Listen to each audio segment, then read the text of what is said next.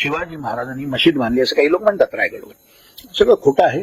शिवाजी महाराजांनी कधीही कुठेही कसलीही मशीद बांधल्याचा काहीही पुरावा नाही. दुसरी गोष्ट, त्यांनी एकाही मशिदीला नवीन इनाम दिलेलं नाही.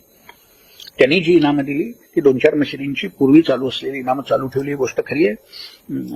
त्यातल्या इंदापूरच्या मशिदीचं इनाम त्यांनी बंद केलं असं पुढे तिथल्या सेवेकऱ्यांनीच तक्रार केली आहे. त्यांचे शब्द असे आहेत की शिवाजी भोसलेच्या कारकिर्दीत आमचं इनाम चाललं नाही. या उलट शिवाजी महाराजांनी देवळांना, धर्मपंडितांना, संत महंतांना अनेक इनामं दिली. आपल्या कसबा गणपतीला 1647 साली त्यांनी इनाम दिलंय नंदादीपा करता. प्रतापगडच्या भवानी करता रोज 10 माणसांचा शिधा तिथे येणारे कोण भाविक असतील त्यांच्याकरता दिलेला आहे.